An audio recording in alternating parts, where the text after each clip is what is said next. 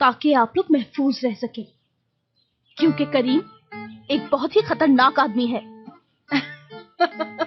वो बहुत अच्छा लड़का है और देख लेना वो हयात का भी दिल जीत लेगा बहुत जल्दी। हाँ, मैं भी यही चाहती थी, मगर उसने आने में काफी देर लगा दी। वो काफी अरसे से जेल में था ना। क्या कह रही हो? एक आदमी को कत्ल कर दिया था। वाकई?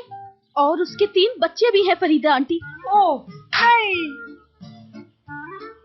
जब से मुझे इसकी स्टोरी मालूम हुई है, मेरे ख्वाब में भी अब ऐसे ही लड़के आते हैं। कातिल है वो, नशा भी करता है, ऊपर से सर फिरा भी बहुत है आंटी, और बीमार भी बहुत रहता है वो। उसकी मूछें और बाल दोनों नकली हैं।